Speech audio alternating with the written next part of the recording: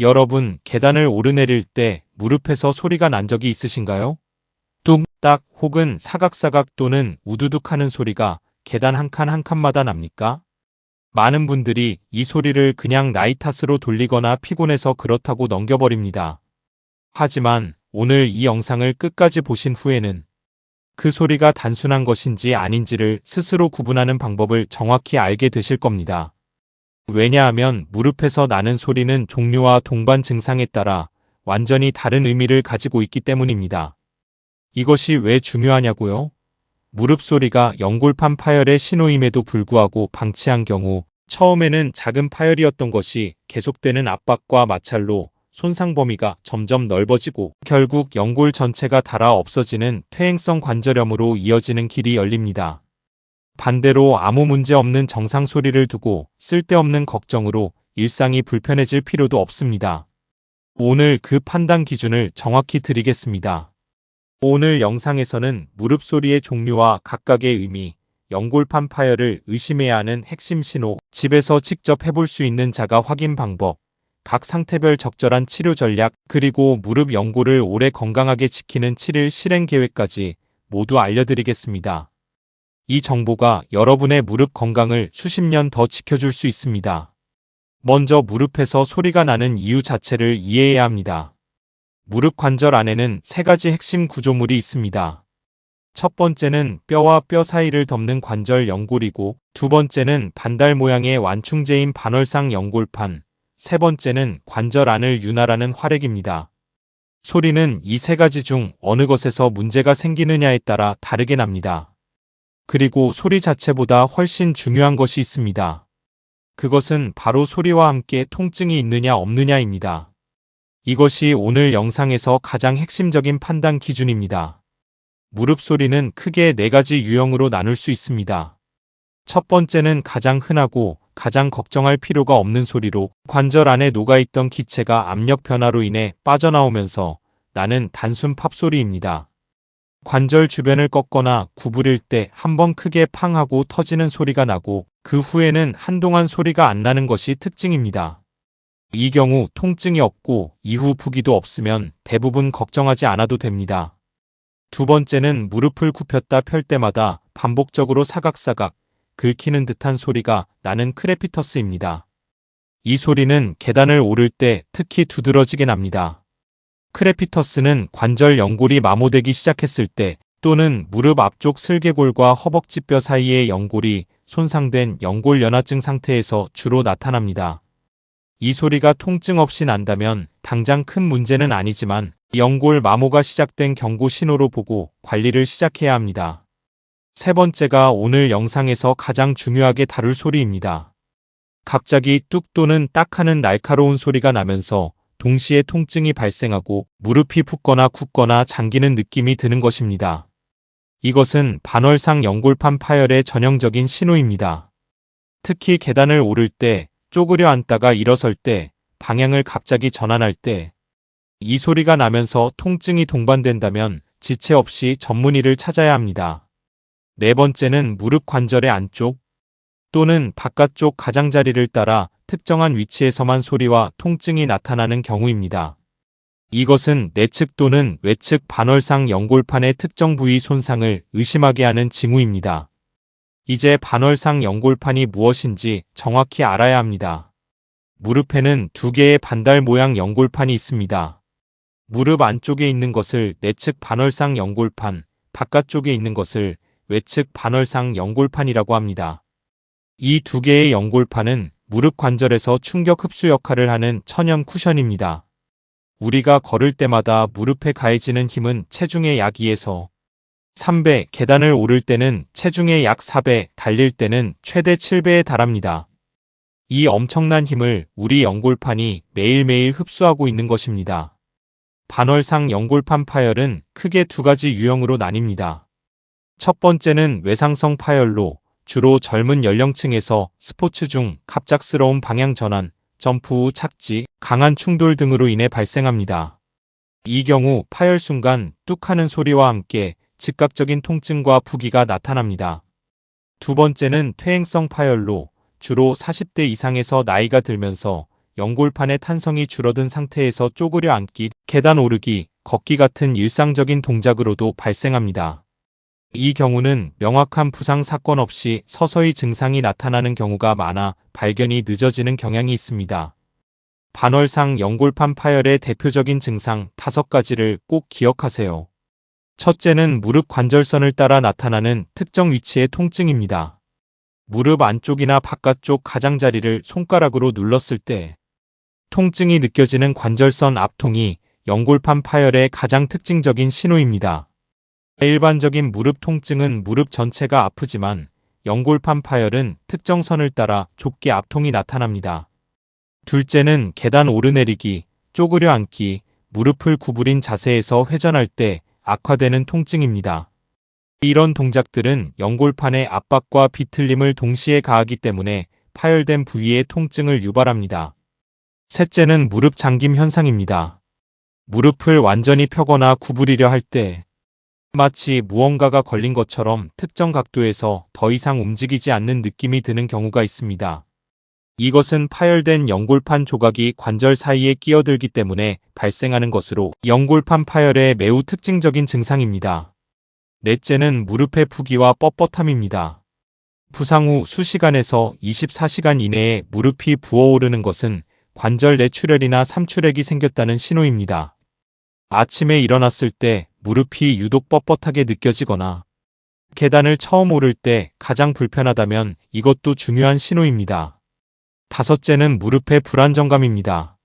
무릎에 힘이 빠지거나 갑자기 무릎이 꺾이는 느낌이 드는 경우 연골판 손상으로 인해 관절 안정성이 떨어진 것입니다. 이제 집에서 직접 해볼 수 있는 자가 확인 방법을 알려드리겠습니다. 이 방법들은 전문의 진찰을 대체하지 않지만 병원 방문의 필요성을 판단하는 데 도움이 됩니다. 첫 번째는 관절선 압통 확인입니다. 바닥에 앉아 무릎을 약 90도로 구부리세요. 그 상태에서 무릎 안쪽 관절선, 즉 뼈와 뼈가 만나는 선을 따라 엄지손가락으로 부드럽게 눌러보세요. 이어서 무릎 바깥쪽 관절선도 같은 방법으로 눌러봅니다.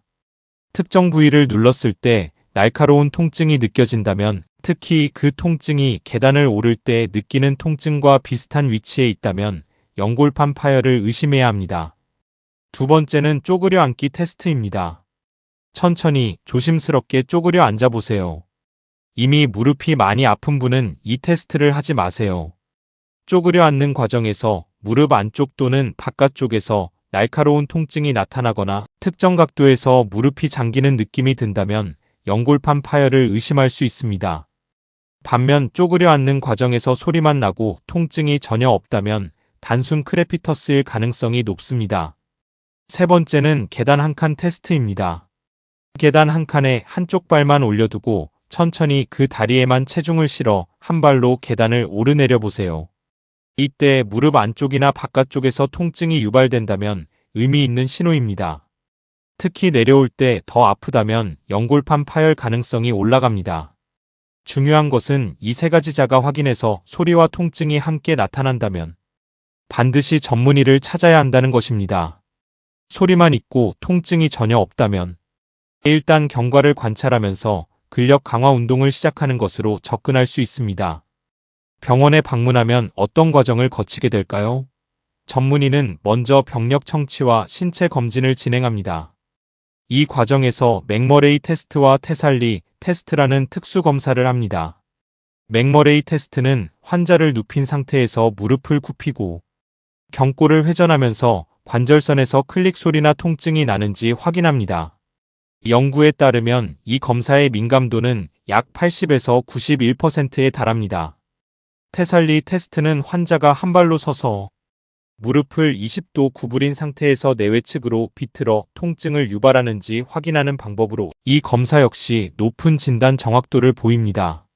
신체 검진 이후 의심 소견이 있으면 MRI 검사를 통해 연골판 손상 여부와 범위를 정밀하게 확인합니다. MRI는 연골판 파열 진단에 있어 가장 정확한 비침습적 검사로 파열 위치와 유형, 크기를 명확하게 보여줍니다.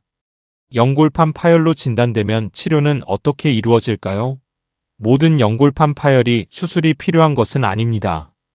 최근 대규모 임상 연구에서 비수술적 치료와 수술 치료를 비교했을 때 퇴행성, 반월상 연골판 파열의 경우 운동 치료 중심의 보존적 치료가 수술과 비교해 5년 후 통증과 기능 면에서 통계적으로 유의미한 차이가 없다는 결과가 나왔습니다. 이것은 의학계에서 매우 중요한 변화를 가져온 발견입니다. 즉, 무조건 수술을 서두를 필요가 없다는 것입니다. 수술이 반드시 필요한 경우는 연골판 조각이 관절 사이에 완전히 끼어 무릎을 전혀 움직일 수 없는 잠김 현상이 지속될 때 파열 부위가 혈액 공급이 이루어지는 바깥쪽 3분의 1에 해당하여 봉합치료로 자연 회복 가능성이 있을 때, 그리고 3개월 이상의 보존적 치료에도 증상이 개선되지 않을 때입니다.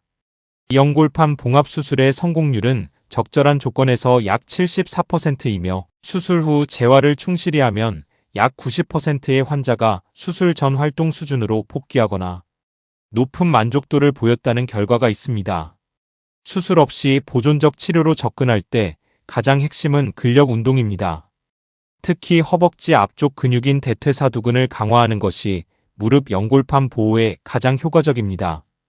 대퇴사두근이 강해지면 무릎 관절에 가해지는 충격의 상당 부분을 근육이 흡수하게 되어 연골판에 가해지는 부담이 줄어듭니다.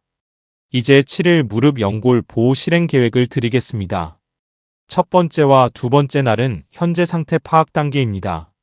오늘 알려드린 자가 확인 방법, 관절선 압통 확인, 쪼그려 앉기 테스트, 계단 한 칸 테스트를 직접 해보세요.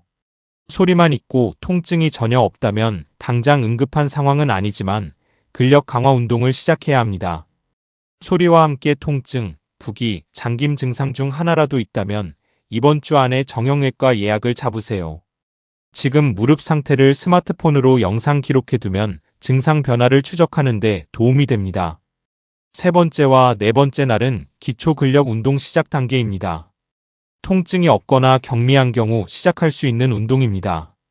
첫 번째 운동은 의자에 앉아 다리 뻗기입니다. 의자에 바르게 앉아서 한쪽 다리를 바닥과 평행하게 쭉 뻗어 5초 유지한 후 내립니다. 양쪽 번갈아 각 10회씩 3세트를 합니다. 이 운동은 대퇴사두근을 자극하면서 무릎 관절에 가해지는 하중을 최소화하는 가장 안전한 시작 운동입니다.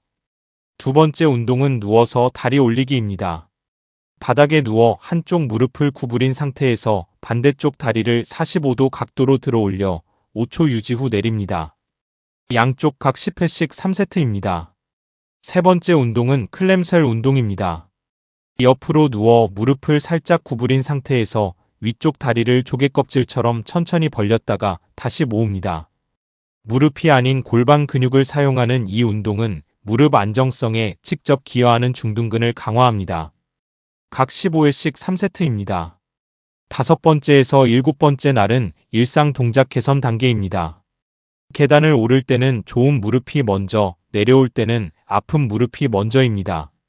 이 규칙을 기억하면 계단에서 연골판에 가해지는 과도한 부담을 줄일 수 있습니다.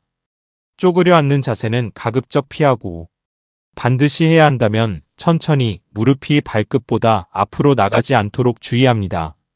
체중 관리도 빼놓을 수 없습니다. 체중이 1kg 증가할 때마다 걸을 때 무릎에 가해지는 부담은 약 3에서 4kg 증가합니다. 5kg만 감량해도 무릎 연골판에 가해지는 힘이 15에서 20kg 줄어드는 것입니다. 중요한 주의사항을 드립니다. 무릎에 급성 부기와 열감이 있을 때는 운동을 즉시 중단하고 얼음찜질과 안정을 취해야 합니다. 이미 연골판 파열 진단을 받은 분은 어떤 운동이든 반드시 전문 물리치료사나 의사의 지도하에 시작해야 합니다. 운동 중 통증이 4점을 넘는다면 10점 만점 기준으로 중간 이상의 통증이라면 그 운동은 즉시 중단하세요. 인대 파열이나 전방 십자인대 손상이 동반된 경우에는 보존적 치료만으로 회복이 어려울 수 있으므로 반드시 전문의 진찰이 필요합니다. 마지막으로 가장 중요한 메시지를 드리겠습니다. 무릎에서 나는 소리는 단순히 노화의 징표가 아닐 수 있습니다. 소리 자체보다 그 소리와 함께 무엇이 따라오는지가 훨씬 중요합니다. 통증 없이 가끔 나는 소리는 당장 걱정할 필요가 없지만 통증이 반복되거나 무릎이 붓거나 잠기는 증상이 함께한다면 그것은 몸이 보내는 경고 신호입니다.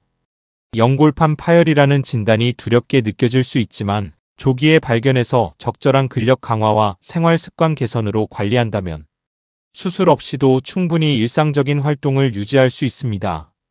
그리고 그 핵심은 오늘 이 영상에서 배운 것처럼 소리의 의미를 제대로 읽는 것에서 시작됩니다.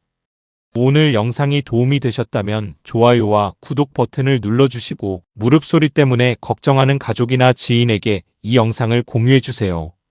댓글로 여러분의 무릎 소리가 어떤 종류인지, 통증이 있는지 없는지 알려주시면 최대한 빠르게 답변 드리겠습니다.